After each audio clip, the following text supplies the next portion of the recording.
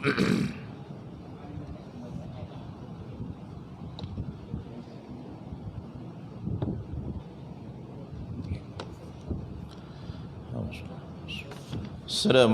warahmatullahi wabarakatuh.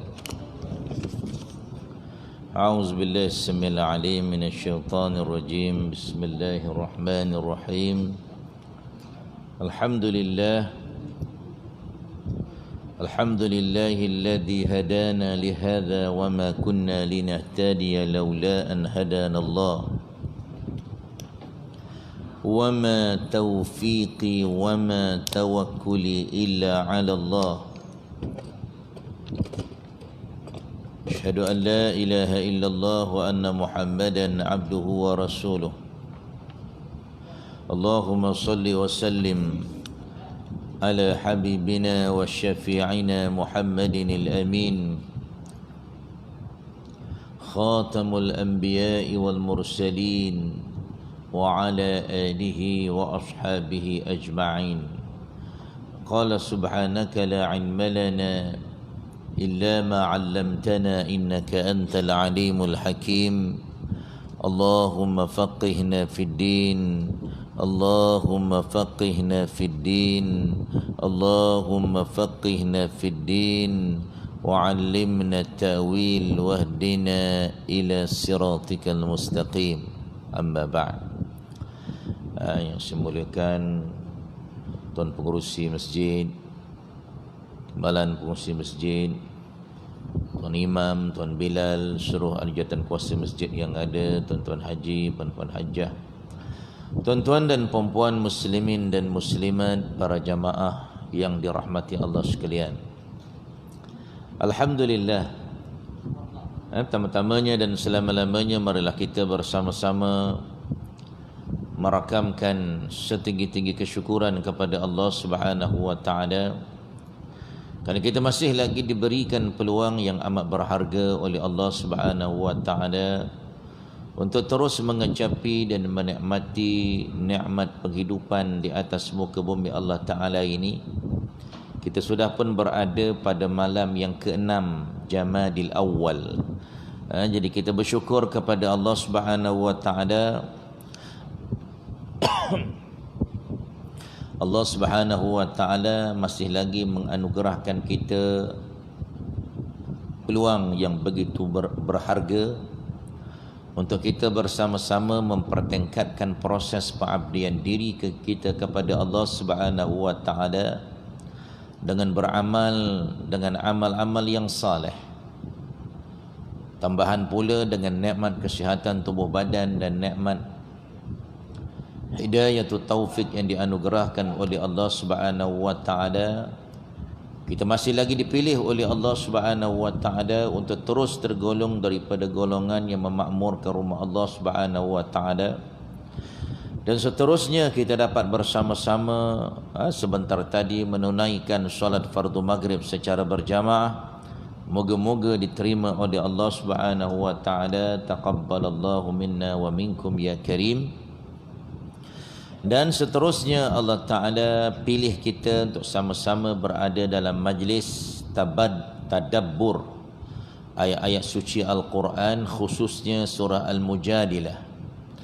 Moga-moga dengan kehadiran kita pada malam ini, seluruh penghidupan kita dan ahli keluarga kita senantiasa berada di bawah lembayung rahmah, keredaan dan kasih sayang daripada sisi Allah Subhanahu wa taala, insya-Allah. Jadi tuan-tuan dan puan-puan muslimin dan muslimat yang dirahmati Allah sekalian, insya-Allah pada malam ni kita akan sambung surah Al-Mujadilah ayat yang ke-17 dan seterusnya, insya-Allah. Jadi sebelum kita nak teruskan pengajian kita ini, marilah sama-sama kita mulakan majlis kita dengan berselawat ke atas Nabi sallallahu alaihi wasallam sebanyak 10 kali, dan seterusnya kita sama-sama baca Ummul Kitab surah Al-Fatihah. Moga-moga kita senantiasa dirahmati, diberkati oleh Allah. Dan seterusnya kita akan sama-sama baca ayat yang ke-17 surah Al-Mujadilah hinggalah ayat yang ke 22 insya-Allah. Allahumma salli ala Sayyidina Muhammad wa ala ali Sayyidina Muhammad. Allahumma salli ala Sayyidina Muhammad wa ala ali Sayyidina Muhammad.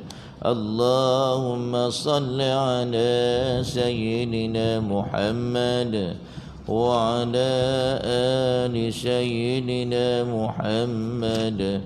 Allahumma salli ala Sayyidina Muhammad wa ala ali Sayyidina Muhammad.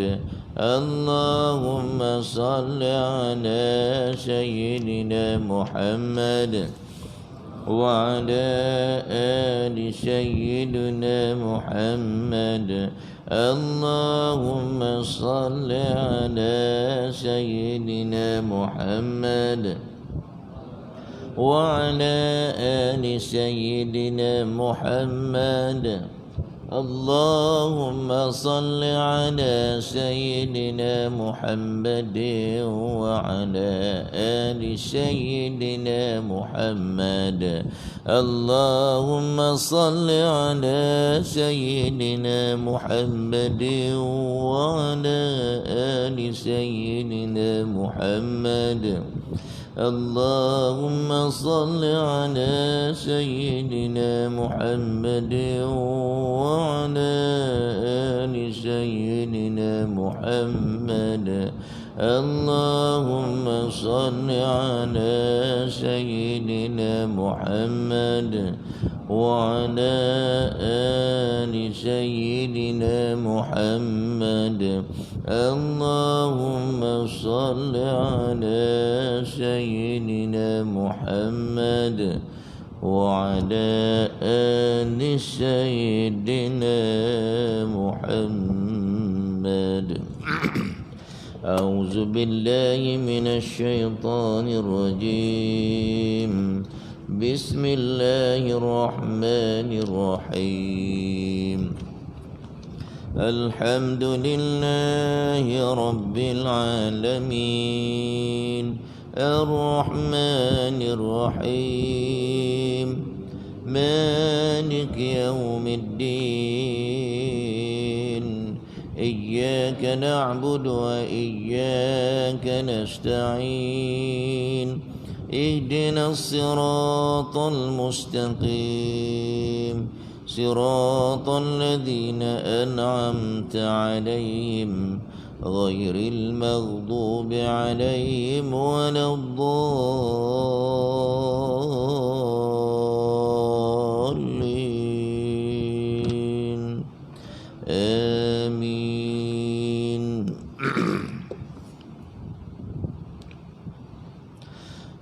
A'udzu billahi minasy syaithanir rajim.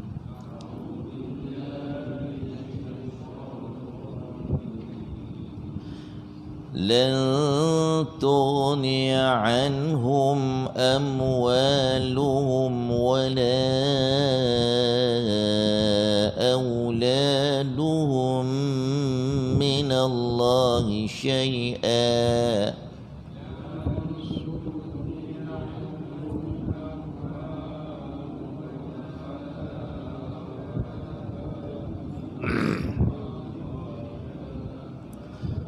Ulaika ashabun nari hum fiha khalidun.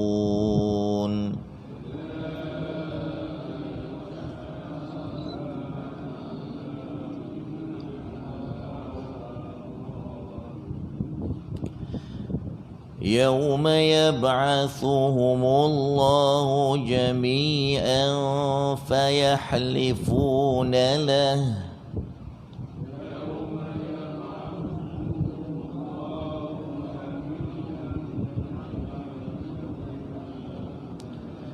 فيحلفون له كما يحلفون لكم ويحسبون أنهم على شيء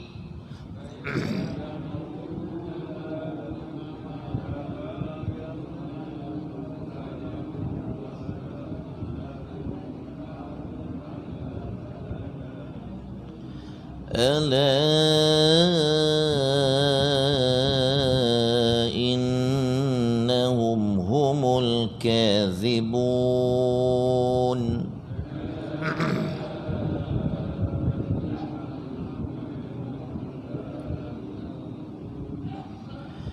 استحوذ عليهم الشيطان فأنساهم ذكر الله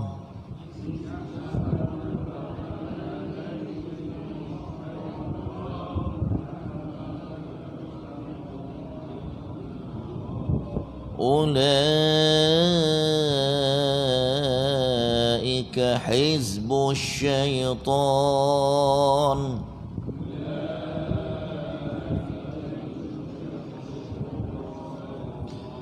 ألا إن حزب الشيطان هم الخاسرون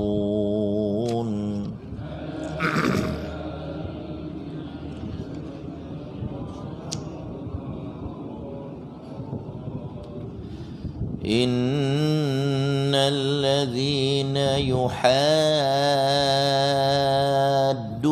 الله ورسوله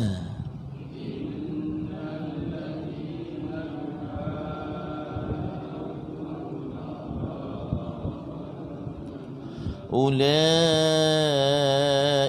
في الأذلين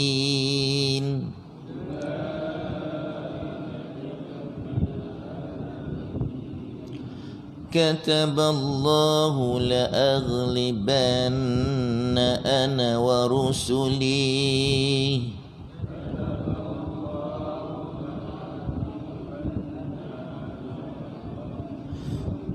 إن الله قوي عزيز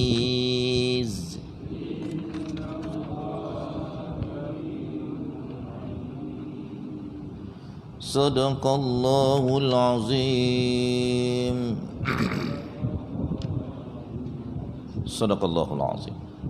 Alhamdulillah, barakallahu lana wa lakum jami'a. Moga-moga kita semua dirahmati, diberkati oleh Allah Subhanahu wa taala insyaallah.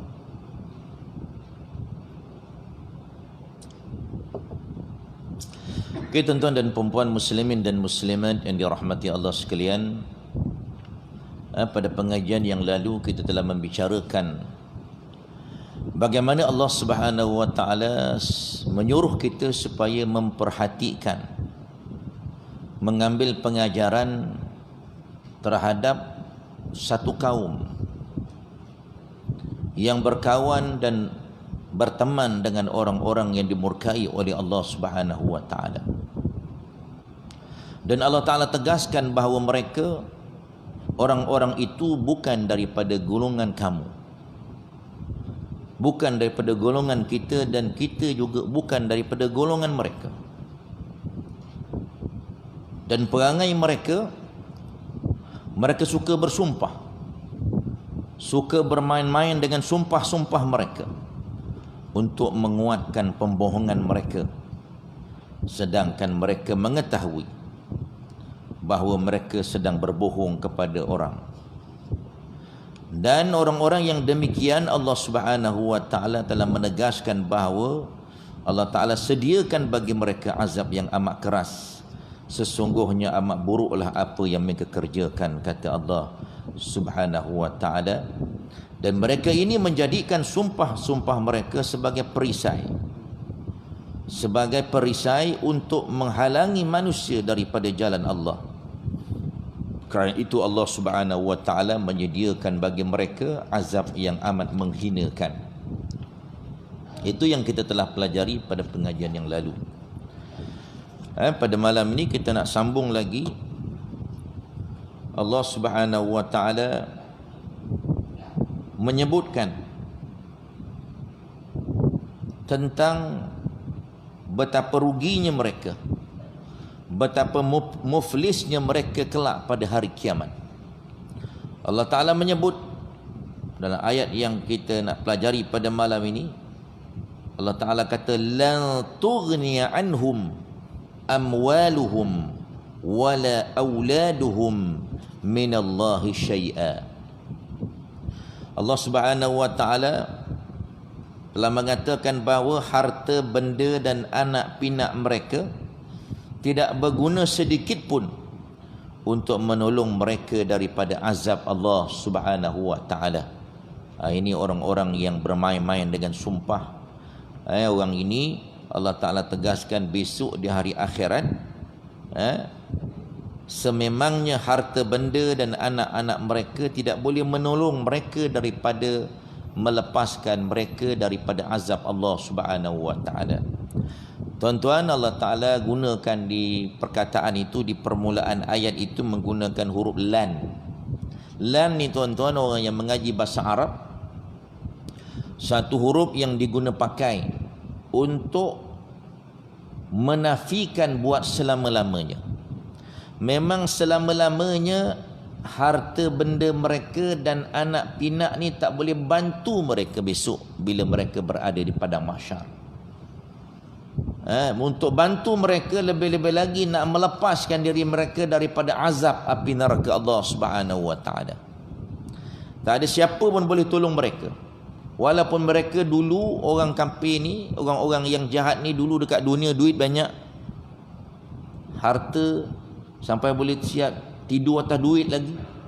Bukannya banyak, nak ceritakan betapa banyaknya duit yang mereka ada dekat dunia ini, dan mempunyai anak-anak yang hebat-hebat, yang berpelajaran tinggi, yang kerja bagus-bagus. Tapi semua ini, kata Allah Subhanahu wa taala, semua ini tidak akan dapat menolong mereka daripada azab api neraka Allah Subhanahu wa taala. Jadi tuan-tuan dan puan-puan, besok kita pun kalau berada di padang mahsyar pun, Allah Ta'ala nak ingatkan kita, orang-orang Islam ni, orang-orang yang beriman ni, besok dekat padang mahsyar pun harta benda kita tak dapat tolong kita. Jika sekiranya harta benda yang kita miliki di dunia ini tuan-tuan tidak kita sumbangkan ke jalan Allah, kita duk beli untuk diri kita saja dan ahli keluarga kita sahaja, tapi kita tak nak sumbangkan kepada orang yang sepatutnya mendapat hak daripada harta yang ada pada kita, yang itu harta ini tak dapat tolong kita tuan-tuan. Tapi kalau di dunia harta ini kita wakafkan ke jalan Allah, kita sumbang-sumbangkan, kita belanjakan kepada orang-orang yang berhak, maka itu harta ini akan boleh bantu kita besok di padang mahsyar. Juga anak-anak kita tuan-tuan dan puan-puan sekalian, anak-anak kita pun tak boleh bantu kita besok dekat padang mahsyar, tak boleh bantu kita. Dia nak boleh bantu semasa belum kiamat lagi, bantu dekat di alam barzah, dekat alam kubur tu boleh bantu. Dia akan meringankan azab kubur kita. Tapi dekat padang mahsyar tidak ada sesiapa pun boleh tolong kita kecuali Nabi kita Muhammad sallallahu alaihi wasallam, dan kita mendapat rahmat dan kasih sayang daripada Allah Subhanahu wa taala. Dan ada satu hadis Nabi SAW menyebut anak-anak ni boleh bantu juga. Anak-anak, ada dua golongan anak-anak yang boleh bantu kita. Yang pertama, anak-anak yang mati di jalan Allah, mati memperjuangkan Islam. Anak-anak kita mati syahid. Orang yang mati syahid ni tuan-tuan, dia boleh memberi syafaat kepada 70 orang ahli keluarganya. Jadi itu kalau anak-anak kita mati di jalan memperjuangkan agama Allah Subhanahu wa taala. Ini ada pengecualian daripada apa yang ditegaskan oleh Allah Subhanahu wa taala, disebut oleh Nabi sallallahu alaihi wasallam. Dan juga anak-anak yang menghafal Al-Quran, dia boleh menolong, memberi syafaat kepada 10 orang ahli keluarga. 10 orang. Kalau nak banyak, kena ramailah anak untuk menghafal Al-Quran. Jadi tuan-tuan, kita dah kena ada satu visi dalam kehidupan kita ni. Kalaulah anak-anak dah terlepas, cucu kita, cicit kita, cocot ke tak kira lah, biarlah ada yang menghafal Al-Quran. Paling tidak satu rumah satu hafiz Al-Quran. Dulu-dulu kita satu rumah satu komputer. Kerajaan anjurkan kita nak satu rumah suatu penghafal Al-Quran, seorang penghafal Al-Quran daripada ahli keluarga kita. Itu paling kurang. Tak dapat anak, cucu kita lah, cicit kita tuan-tuan. Kita kena lorongkan dia untuk menghafal Al-Quran, jadi orang yang menjaga Al-Quran. Ni kita kena tanamkan satu tekad, satu keazaman dalam diri kita untuk membantu kita juga besok di padang mahsyar. Okey. Dan Allah Subhanahu wa taala, setelah Allah Taala tegaskan bahawa harta benda dan anak pinak ini tidak berguna sedikit pun untuk menolong mereka ini daripada azab api neraka Allah Subhanahu wa taala, Allah Taala terus tegaskan bahawa mereka ini adalah merupakan penghuni api neraka yang mana mereka akan kekal di dalamnya buat selama-lamanya. Orang-orang kafir ni tuan-tuan, memanglah orang ini akan duduk dalam api neraka Allah Subhanahu wa taala. Ni ayat ni menceritakan tentang golongan munafik. Golongan munafik ini memang tempatnya adalah neraka yang paling bawah. Innal munafiqina fid darkil asfali minan nar, kata Allah. Orang munafik ni tempatnya neraka yang paling bawah, dekat dengan api neraka. Orang kafir pun atas dia, dia bawah. Pasal dia memang Islam.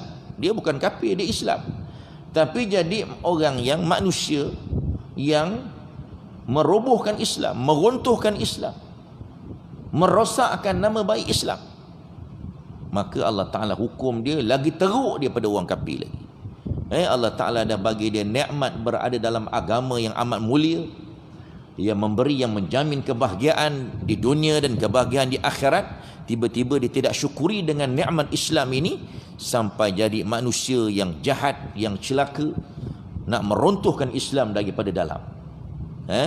Jadi Allah Ta'ala letakkan mereka ini di neraka yang paling bawah sekali, dekat dengan api, tuan-tuan dan puan-puan sekalian. Jadi kita mintalah jauh diri kita, tuan-tuan, daripada berperangai, daripada perangai-perangai orang munafik ini, tuan-tuan. Dan seterusnya Allah Subhanahu wa taala menyatakan, yauma yab'asuhumullahu jami'a. Ingatlah hari ketika mereka semua dibangkitkan oleh Allah Subhanahu wa taala pada hari kiamat. Tidak ada seorang pun yang boleh meloloskan diri. Tak ada seorang pun di antara mereka yang boleh meloloskan diri daripada api neraka Allah Subhanahu wa taala. Fayahlifuna lahu kama yahlifuna lakum wa yahsabuna annahum ala syai'. Lalu mereka bersumpah kepadanya bahawa mereka bukan orang musyrik, sebagaimana mereka bersumpah kepadamu, dan mereka menyangka bahawa sesungguhnya mereka akan memperolehi suatu manfaat. Maksudnya di hari kiamat mereka juga akan bersumpah kepada Allah Subhanahu wa taala. Pasal dah biasa dulu kat dunia pun suka bersumpah-sumpah, maka besok di hadapan Allah pun nak bersumpah juga, kata Allah. Bersumpah di hadapan Allah bahawa mereka sebenarnya berada dalam petunjuk yang lurus, sebagaimana dahulu mereka bersumpah kepada orang-orang Islam ketika berada di dunia. Di akhirat mereka tetap menjadi orang munafik. Kerana siapa pun yang hidup dalam satu keadaan, maka dia akan meninggal dalam keadaan itu dan dibangkitkan pula dalam keadaan tersebut. Jadi kita ni, tuan-tuan, kalau hidup dalam keadaan yang lara daripada mengingati Allah Subhanahu wa taala, dan kita pun mati dalam keadaan lara, kerja nak beribu aja, nak bersukaria je, nak pergi piknik je, tak ada kerja lain, belajar pun tak nak. Tuan-tuan, kalau kita ni tuan-tuan nak jadi orang yang menggembara, bagus. Jadi orang yang disebut oleh Allah Ta'ala as-saihun, orang yang mengembara, tapi mengembara mencari ilmu, macam ulama-ulama dulu. Di antara sifat-sifat orang-orang yang beriman yang disebut oleh Allah, selain daripada jadi orang yang bertaubat, orang yang senantiasa mengabdikan diri kepada Allah, orang yang senantiasa bertahmid, bersyukur kepada nikmat Allah, di antaranya yang keempat Allah Ta'ala sebut as-saihun, orang yang suka mengembara. Mengembara maksud yang pertama, mengembara menuntut ilmu. Pergi ke satu negeri, cari pondok-pondok, cari tok-tok guru nak belajar, tu tak apa. Ini beli motor satu, masuk kumpulan motor, lepas satu negeri ke satu negeri, tak singgah masjid pun, lalu je masjid tu. Nak buat apa? Kan? Ada pergi satu pergi satu sungai ke satu sungai, kerja mancing je.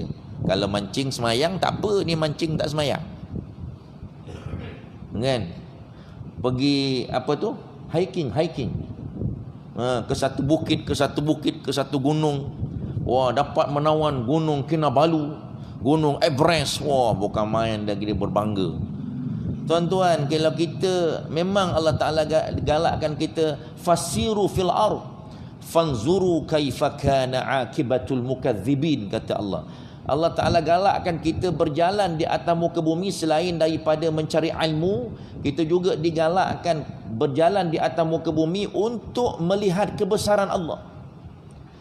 Kita tengok bagaimana hebatnya, canggihnya ciptaan Allah Subhanahu Wa Ta'ala, menyebabkan akidah kita jadi kuat, menyebabkan kita jadi orang yang akan menjadi orang yang mempertahankan Islam. Kita akur dengan segala perintah Allah, pasal kita tahu Allah Ta'ala ni maha hebat. Kalaulah yang Allah Ta'ala ciptakan yang hebat-hebat tu pun Allah Ta'ala boleh kontrol, Allah Ta'ala boleh takbir dengan cantik, dengan elok, ini kan kita manusia. Satu-satu masa nanti Allah Ta'ala boleh runtuhkan. Tiba-tiba gunung yang tinggi tu tiba-tiba runtuh dia punya batu-batu dia, sampai menghempap kepada kita pula. Gunung yang besar tu pun boleh runtuh. Ini kan kita yang kecil kemetot ni, lagilah tak ada masalah bagi Allah Subhanahu Wa Ta'ala. Jadi janganlah sombong kepada Allah. Tujuan kita diarahkan oleh Allah supaya berjalan di atas muka bumi untuk melihat akan kebesaran Allah, melihat akan keagungan Allah, untuk menguatkan akidah kita, keyakinan kita, keimanan kita terhadap kebesaran Allah, terhadap kekuasaan Allah, yang mana Allah Ta'ala bersifat pemilik, pentadbir, penguasa, yang boleh menguasai, memiliki segala-galanya ikut kehendak dia. Yaqdiru ala man yasha, Allah Ta'ala boleh mentakdirkan apa yang dia nak, ikut suka hati dia. Dan satu lagi, mengembara ni tuan-tuan untuk menyebarkan dakwah, menyebarkan Islam, menyebarkan sunnah Rasulullah sallallahu alaihi wasallam. Itu di antara perkara yang kita digalakkan oleh Allah Subhanahu Wa Ta'ala. Okey. Jadi Allah Ta'ala sebut tadi orang munafik dekat akhirat pun tetap jadi orang munafik. Mereka yakin bahawa sumpah palsu dan kemunafikan itu akan memberi manfaat bagi mereka di sisi Allah, sebagaimana hal itu telah bermanfaat bagi mereka di dunia. Kerana keyakinan inilah sehingga mereka pun melakukannya juga di hadapan Allah Subhanahu Wa Ta'ala. Mereka ingat dulu dekat dunia mereka boleh tipu orang Islam. Boleh tipu orang Islam, sanggup bersumpah sampai orang Islam pun percaya dengan mereka. Tapi mereka bersepakat dengan orang-orang musyrikin Mekah nak menyerang orang Islam daripada dalam. Jadi mereka menyangkakan bahawa di hadapan Allah mereka mampu juga untuk menipu Allah. Itu yang disebut oleh Allah Subhanahu Wa Ta'ala. Wa yahsabuna annahum ala syai', Dan mereka menyangka bahawa sesungguhnya mereka akan memperolehi suatu manfaat daripada sumpah yang mereka nyatakan kepada Allah Subhanahu wa ta'ala. Ini disebut oleh Allah Subhanahu wa ta'ala. Kemudian Allah Ta'ala mengingkari sangkaan mereka. Dan Allah Ta'ala berfirman, ala innahum humul kazibun. Ketahuilah bahawa sesungguhnya mereka lah orang-orang yang pendusta. Allah Ta'ala menegaskan bahawa orang-orang munafik itu adalah para pendusta, para pembohong, kaki kelintung, kaki kencing orang. Kat dunia ngencingkan orang tak habis-habis. Tuan-tuan, kita pula mak bapak, anak-anak kita pula ngencingkan kita. Nah, kata pergi sekolah, setengah jalan berhenti, turun bas, duduk kat pokok getah, tak pergi sekolah pun. Kata pergi semayang, tak pergi semayang, pakai baju Melayu tapi dalam ada baju macam-macam baju ada. Ni tuan, ni sifat orang munafik yang suka menipu ni tuan-tuan. Okey. Jadi kalau dia jenis penipu ni tuan-tuan, besok depan Allah pun nak tipu juga. Tuan-tuan, yang kita sedia maklum sebelum ini bahawa memang kat besok kat padang mahsyar tak boleh bercakap. Betul. Allah Ta'ala tutup, Allah Ta'ala kunci mulut kita, yang bercakap mata kita, yang bercakap telinga kita, yang bercakap tangan dan kaki kita. Tetapi bagi orang munafik ini sengaja Allah Ta'ala bagi dia bercakap. Allah Ta'ala nak tengok dia punya penipuan dia. Sengaja Allah Ta'ala buka. Inilah buktinya dalam ayat ini. Allah Ta'ala buka hanya kepada orang yang munafik. Nak bagi peluang mereka menipu pula di hadapan Allah. Bersumpah pula wallahi, wallahi, billah, wallahi, wabillahi, watallahi depan Allah Ta'ala pula. Ini dia tuan-tuan, Allah Ta'ala sebut. Nak beritahu kita jangan sampai kita jadi orang yang munafik. Sanggup bersumpah di dunia untuk menyatakan kita ni betul. Okey.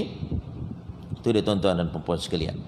Kemudian Allah Ta'ala berfirman lagi, istahwaza alaihimus syaitanu fa'ansahum zikrallah. Allah Ta'ala menyebut bahawa syaitan telah menguasai mereka, lalu menjadikan mereka lupa mengingati Allah Subhanahu wa ta'ala. Syaitan telah menguasai hati mereka sehingga dia membuat mereka lupa mengingati Allah Subhanahu wa ta'ala. Demikianlah perbuatan syaitan terhadap orang-orang yang dikuasainya. Ni tuan-tuan, Allah Ta'ala nak ingatkan kita juga, umat Nabi Muhammad SAW, kita jangan lupa syaitan ni musuh kita. Ini belum lagi. Ini lebih takutkan COVID-19 daripada syaitan. Yang setan ni dia buat tak reti je. Syaitan kuasai dia. Dia tidak, kalau COVID-19 ni macam-macam, pelitup muka lah, hand sanitizer lah, basuh tangan lah, buat penjarakan sosial lah. Bukan main jaga daripada COVID-19. Yang dengan syaitan ni dah memang musuh kita daripada dulu, sejak zaman Nabi Adam lagi. Sampai atuk kita Nabi Adam ni kena keluar daripada syurga pasal syaitan. Dan siap buat aku janji lagi dengan Allah nak kacau kita supaya kita boleh masuk neraka sama dengan dia. Dah tahu dah tu, tapi langsung tak buat persiapan nak jauhkan diri daripada syaitan. Langsung tak nak belajar macam mana cara nak jauhkan diri daripada syaitan. Tak belajar langsung. Akhirnya dia pun layan dia setan. Layan setan mana-mana. Baik dekat masjid pun layan setan. Tengah belajar pun layan syaitan. Biar ke syaitan tu duduk kat mata kita. Mata dah layu je. Layan juga syaitan tu. Bukan nak lawan, bacalah auzubillah. Biar dia lari. Ini tunduk je layan. Jadi lawan tu auzubillah syaitanir rajim. Tak ada nak lawan. Masa saya belajar di Kelantan dulu tuan-tuan, tok guru saya ajar. Tuan guru saya ajar. Tuan guru saya adalah Nek Amar punya bapa. Abdullah Arsyad. Nek Abdullah Arsyad, itu tuan guru saya dulu. Dia ajar nak supaya hilang mengantuk. Ni tengah-tengah belajar dia tengok kita dia mengantuk je kan, kerja mengangguk je.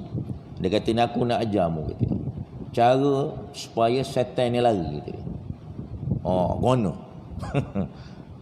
Buat macam ni, kata dia, baca auzubillahi minasyaitonirrajim, hembus dekat ni, dekat jari kita ni. Lepas tu tuan-tuan, letak kat sini, lalukan sampai hujung ni. Barulah dia lari, kata dia. Tapi kalau tak lari juga, cucuk mata tu dia keluar, langsung tak boleh tengok. Dia buat bergurau. Mau cocoh matamu, kata dia. Biar dia tubik mata tu. Astagfirullahalazim. Cucuk mata dia keluar, habis cerita. Langsung tidur buat selama-lamanya mata tu, langsung tak boleh. Tak payah lelap lagi dah. Kerja nak tidur, ngaji tidur sokmo, kata dia. Tak ada kerja lain. Nak tidur di rumah lah, kata dia.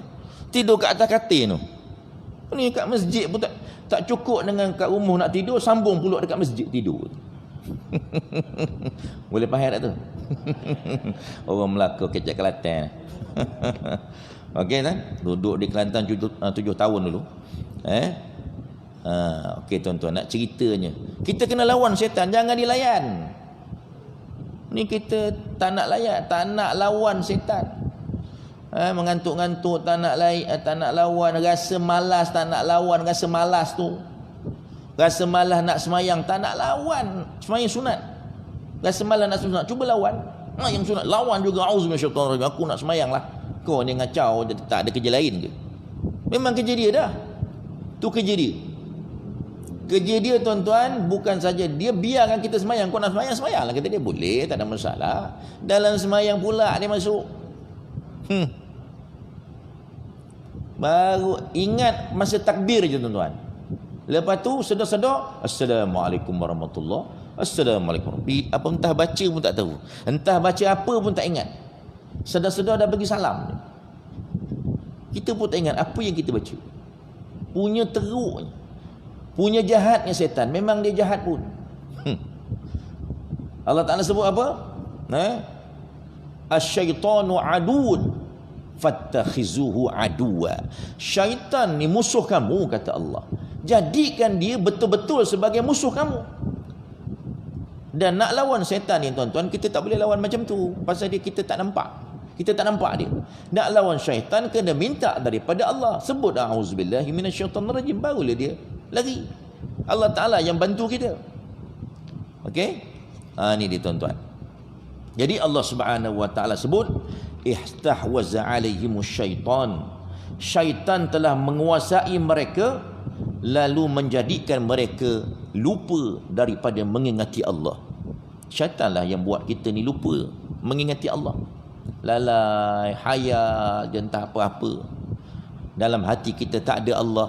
Kalau Allah Ta'ala tak wajibkan kita ni semayang tuan-tuan, jadi 24 jam kena ingat lain daripada Allah aja. Buat perkara-perkara yang melalaikan sahaja. Nasib baik bila Allah Ta'ala suruh kita semayang 5 waktu. Jadi adalah masa untuk kita semayang. Masa itulah kita ingat Allah, walaupun 5 minit, 10 minit. Janganlah teruk 2 minit semayang.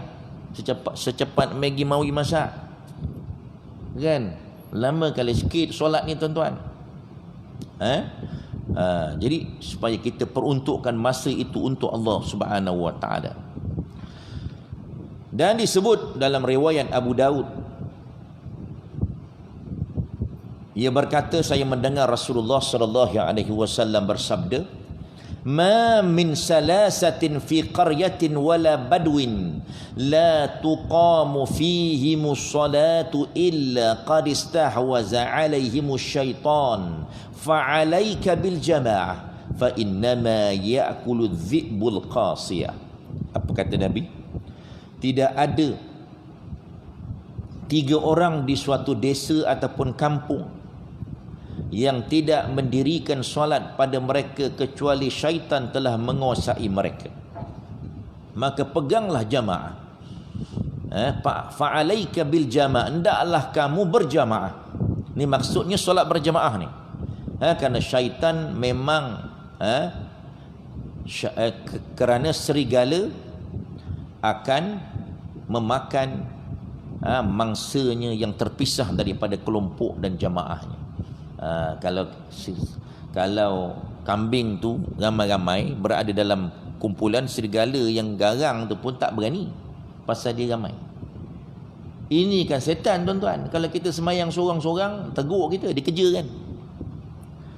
Jadi kita ni semayang ramai-ramai ada kekuatan jamaah, berjamaah. Sebab itu Nabi minta kita berada dalam jamaah. Kalau dalam satu kampung tidak didirikan semayang berjamaah, tuan-tuan, satu kampung berdosa. Di sini disebut 3 orang. Ma min salah, 3 orang. Tapi dalam mazhab kita Syafi'i menyebut sekurang-kurangnya 2 orang lah. Pasal 2 orang dah dikira berjamaah. Seorang imam, seorang makmum. Walaupun dia bawa, dalam mazhab kita Syafi'i, walaupun dia bawa anak dia sendiri yang telah mumayyiz, dikira melepaskan dosa itu daripada seluruh penduduk kampung. Tapi syarat tu anak tu memang semayang lah. Yang mumayyiz tu maknanya dia dah reti semayang, bacaan dia Fatihah kita dah ajar. Dia bukan takbir je kerang, dia dah berguling-guling.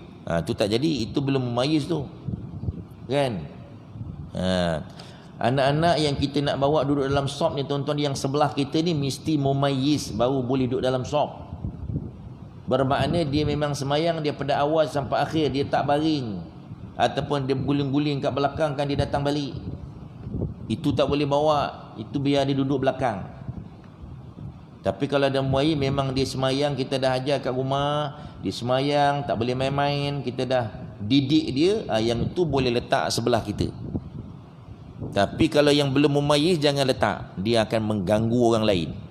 Orang lain akan sakit hati, orang lain akan bengkak. Tengok, ya Allah, haji ni, kata dia, orang ni apalah bawa anak macam ni, aku nak semayang pun tak senang lah. Nampak orang dah tak khusyuk nanti. Jadi kita letak belakang. Anak-anak yang tak muayyiz, biar dia, kalau nak main, biarlah dia main kat belakang, tak apa. Ini tak ada main kat sini, main kejar-kejar dalam sop ni. Kita nak rokok pun susah, nak sujud pun susah lagi, kan? Kang dia terpijak kepala kita pula.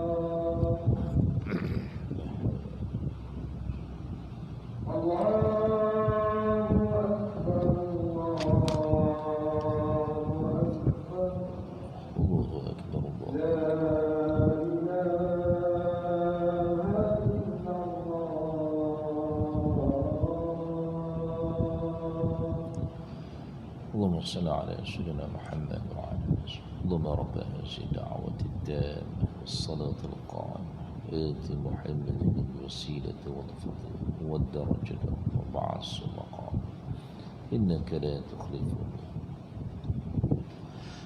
Okey, tuan-tuan dan puan-puan muslimin dan muslimat yang dirahmati Allah sekalian, kita sambung tadi berkaitan dengan sembahyang berjamaah ni. Tuan-tuan, jadi kita dalam satu kampung, kita kena jaga sembahyang berjamaah ni. Hukumnya fardu kifayah. Fardu kifayah ni ada orang yang terjemahkan fardu kifayah ni maknanya orang lain dah buat, aku tak payah, kata dia.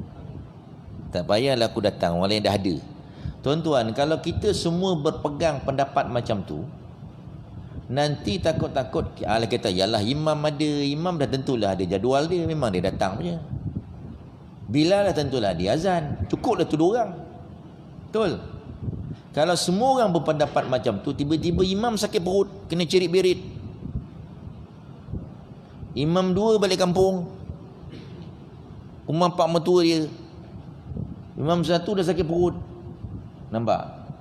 Tinggal Bilal. Bilal lepas azan, hospital telefon, anak aksiden, contoh. Akhirnya seorang pun tak ada. Siapa nak dosa? Satu kampung akan berdosa. Itu yang Nabi kata, istahwaza alaihimus syaitan. Satu kampung akan dikuasai oleh syaitan. Kalau tak jaga solat berjamaah, tuan-tuan, kampung tu akan haru biru dia. Banyak kemaksiatan yang akan berlaku.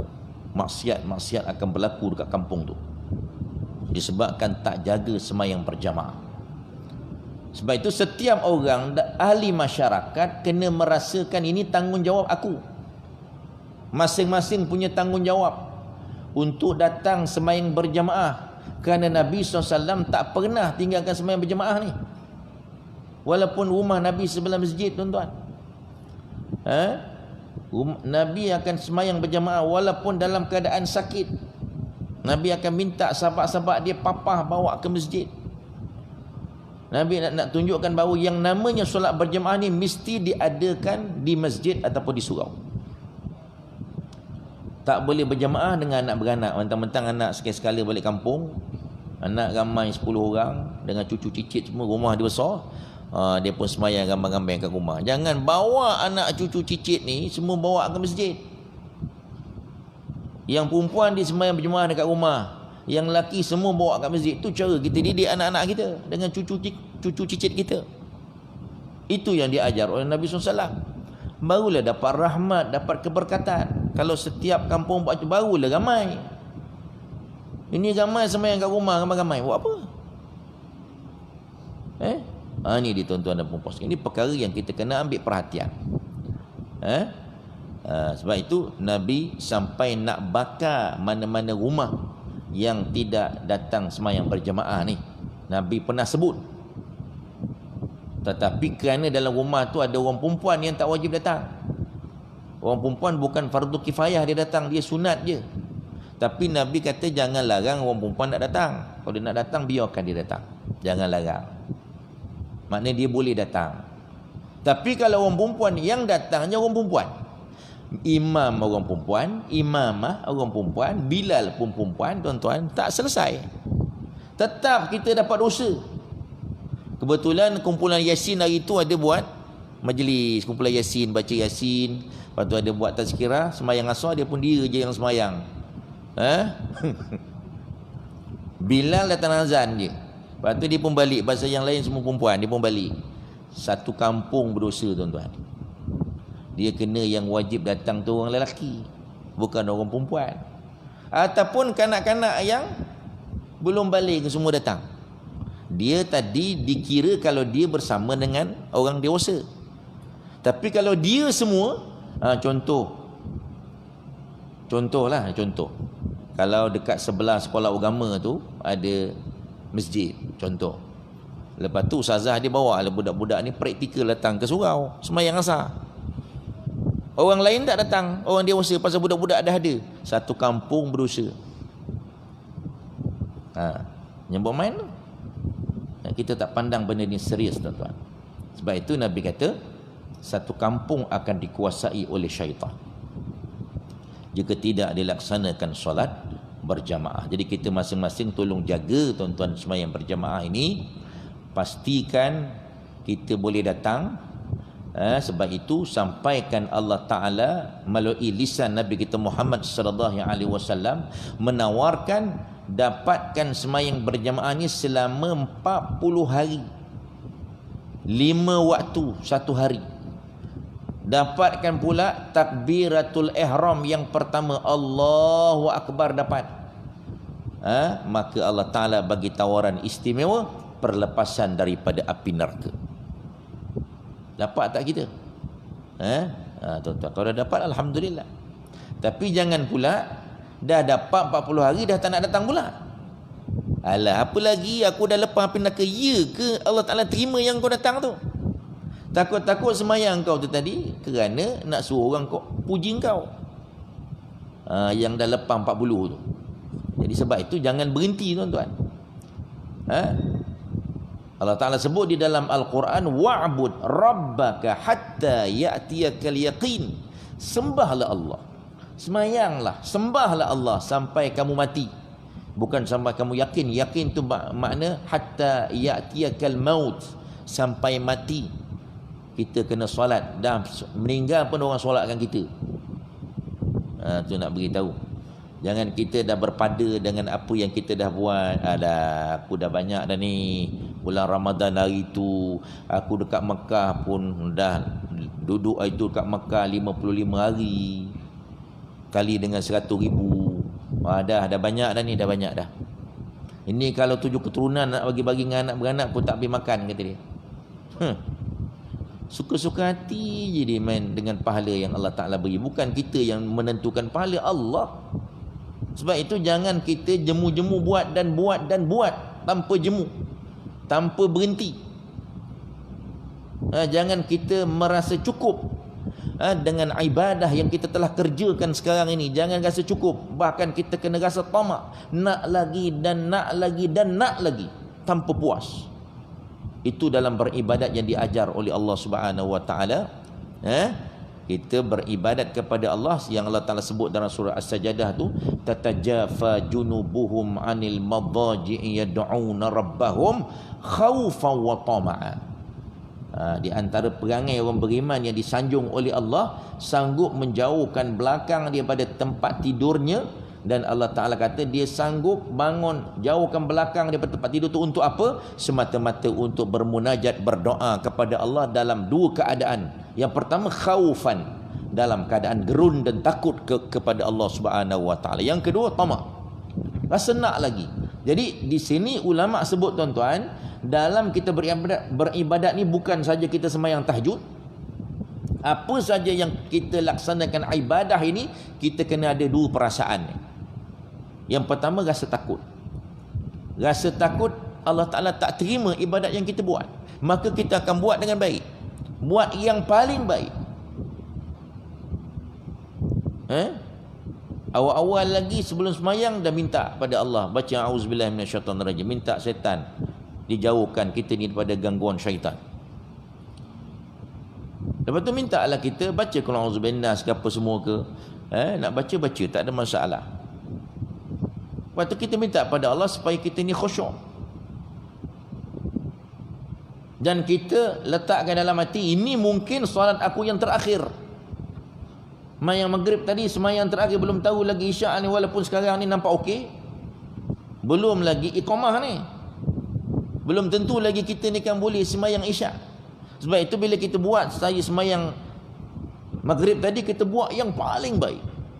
Dan dalam rasa takut, dalam keadaan kita ada perasaan takut kepada Allah Subhanahu Wa Taala, takut Allah Taala tak terima solat yang kita kerjakan, maka kita akan buat cara yang paling baik. Kemudian satu lagi tuan-tuan, bila dah rasa takut, yang kedua kena ada rasa tamak, rasa tak puas, rasa tak cukup. Kita ni biasa yang tak cukup ni makan, yang itu yang rasa tak puasnya, nak lagi kena pula, sedap pula kan. Dalam bab dunia, dalam bab nafsu, sebenarnya dalam bab akhirat ni kita kena rasa tamak, rasa tak cukup, rasa tak puas, rasa tak nak berhenti. Yang itu yang sepatutnya.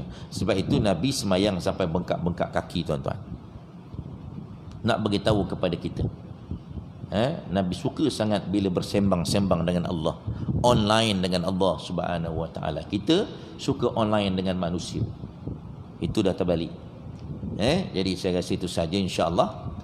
Satu lagi di ujung itu kita habiskan ayat ini, Allah Taala pun sebut ulaika hizbus syaitan, mereka itu adalah golongan syaitan.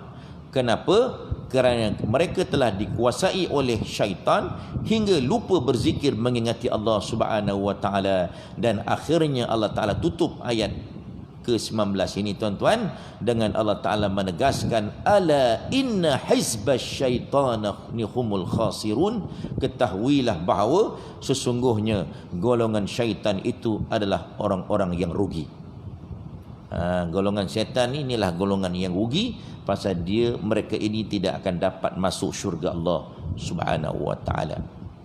Kalau kafir ini teruslah duduk dalam neraka buat selama-lamanya. Kalau Islam boleh juga masuk, munafik pun tak boleh, dia dah duduk di neraka yang paling bawah lagi. Ini tuan-tuan dan puan-puan sekalian, ini perkara yang kita kena ambil perhatian. Semoga kita dijauhkan daripada perkara ini, tergolong daripada golongan munafik ini tuan-tuan. Semoga kita dipelihara oleh Allah Subhanahu Wa Taala dan seterusnya dapat memasuki syurga Allah Subhanahu Wa Taala insya-Allah. Saya rasa itu saja yang dapat kita perkatakan. Nanti kita akan sambung ayat yang seterusnya pada pengajian yang akan datang insya-Allah. Ada soalan?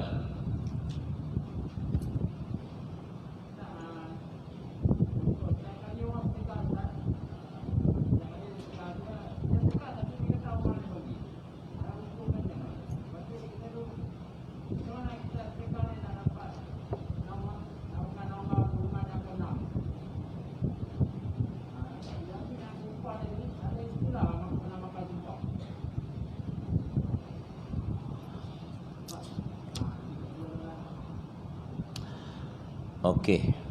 Jadi yang pertama tadi, pertama apa tadi? Sekali dia bersedekah, dia kata orang bagi, bukan dia punya lah, bukan daripada dia lah maksudnya. Dia tak nak bagi apa, dia nak, kononnya dia cuba nak jauhkan daripada sifat sombong, takabur lah tu.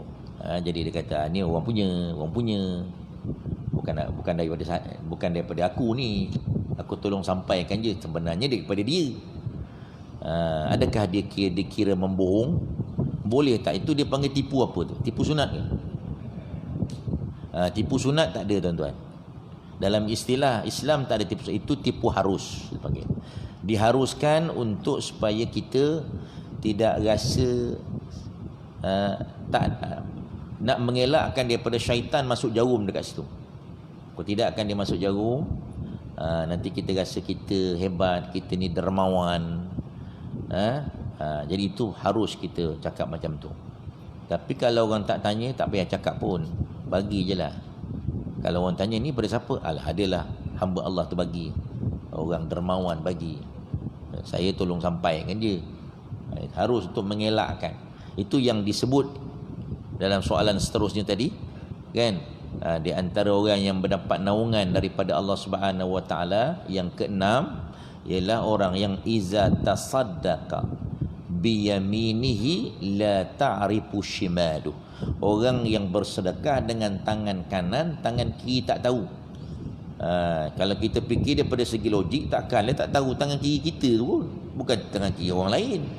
Tapi Itu satu perumpamaan yang digunakan oleh Nabi SAW nak menyatakan betapa rahsianya sedekah ini sepatutnya kita kena buat. Jangan kita nak sedekah nak kena buat cek besar-besar kan, waktu masuk ambil gambar selfie apa semua masuk dalam Facebook, daripada sumbangan ikhlas daripada nama sekian-sekian, tulis nak buat apa kan. Takut nanti tak dapat apa-apa, nanti Allah Ta'ala kata kau minta dengan orang yang kau nak tunjukkan itu. Jadi besok takut tak ada apa-apa, kosong je, rugi kita. Jadi kita cuba berusaha mengelakkan daripada memberitahu tentang sedekah yang kita nak bagi, barulah kita dapat naungan. Nak ceritakan tadi betapa rahsianya sampai tangan kiri pun tak tahu tu. Salah satu caranya janganlah pakai duit shilling, keting ketang keting ketung bunyi kan. Ambillah duit-duit yang duit kertas ni tuan-tuan. Cabut dia terus bagi je. Ni tarik dulu, tengok dulu warna. Warna ni tak jadilah. Turun balik, ambil warna lain pula. Kan? Tapi sedekah ni tuan-tuan ikut kemampuan masing-masing lah. Jangan sampai kita diajar oleh Allah SWT, iman kita tak macam Sayyidina Abu Bakar As-Siddiq. Dia bagi semua harta dia tuan-tuan kepada Nabi, kepada Islam, yang tinggal Allah dan Rasul je. Allah Ta'ala tak ajar kita macam tu. Itu iman Sayyidina Abu Bakar. Bagi kita umat Nabi Muhammad SAW, Allah Ta'ala kata walladzina idza anfaqu wa lam yusrifu wa lam yaqturu. Orang-orang yang beriman, ciri-ciri orang yang beriman yang digelar sebagai hamba Allah ini ialah orang-orang yang apabila dia menderma, anfaqu lam yusrifu wa lam yaqturu, dia tidak boros, tidak melebih-lebih sampaikan anak isteri pun tak ada nak makan. Anak isteri dekat rumah kena pergi kedai buka buku 35. Yang harta dia semua dapat hari ni RM50, 50 bagi. Lepas tu balik rumah orang rumah kata, beras dah habis. Kau pergilah berhutang. Tu tak boleh. Itu haram hukum dia. Sebab itu Nabi kata, al-yadul ulya khairun minal yadis sufla wabda biman ta'ul. Tangan yang di atas yang memberi lebih baik daripada tangan yang menerima, yang di bawah mulakan daripada ahli keluarga kamu. Jangan sampai kita bagi kat orang lain, anak isteri kita makanan tak ada, terpaksa berhutang dekat kedai. Itu berdosa kita tuan-tuan. Okey, boleh itu saja tak ada istilah makan sumpah tu tak ada. Tapi Allah Ta'ala bagi apa tu, Allah Ta'ala sebut orang yang bermain-main dengan sumpah, orang ini akan dihukumlah dekat padang mahsyar besok. Makan sumpah tu tak ada. Itu istilah orang kita, nanti kau kena makan sumpah kan. Sebenarnya dia kena bayar denda kalau dia main dengan sumpah dia. Kena bayar kafaratul yamin yang kita dah belajar itu kan. Tapi kalau dia membohong dengan sumpah dia besok, hari akhirat dia akan dihumban ke dalam api neraka Allah Subhanahu wa taala kerana berbohong dengan sumpah. Okey, wallahu a'lam bisawab. Kita tangguh dengan baca surah wal asri dan tasbih kafarah. Bismillahirrahmanirrahim. Wal asri innal insana lafi khusr illa alladhina amanu wa 'amilus solihat wa tawassaw bil haqqi wa tawassaw bis sabr. Subhanakallahumma wa bihamdika asyhadu an la ilaha illa anta astaghfiruka wa atubu ilaik. A'udzubillahi minasyaitonir rajim. Bismillahirrahmanirrahim. Alhamdulillahi rabbil alamin. Wassalatu wassalamu ala rasulihil amin wa ala alihi wa sahbihi ajma'in. Ya Rabbana lakal hamdu kama yanbaghi li jalali wajhika wa azim sultanik. Allahumma anfa'na bima 'allamtana وعلمنا ما ينفعنا وزدنا من علمك يا رب العالمين. اللهم ارزقنا فهم النبيين وحفظ المرسلين وإلهام الملائكة المقربين في العافية يا أرحم الراحمين. اللهم اجعل جمعنا هذا جمعا مرحوما وتفرقنا من بعده تفرقا مباركا معصوما. صلى الله على سيدنا محمد. الحمد لله رب العالمين. تقبل الله.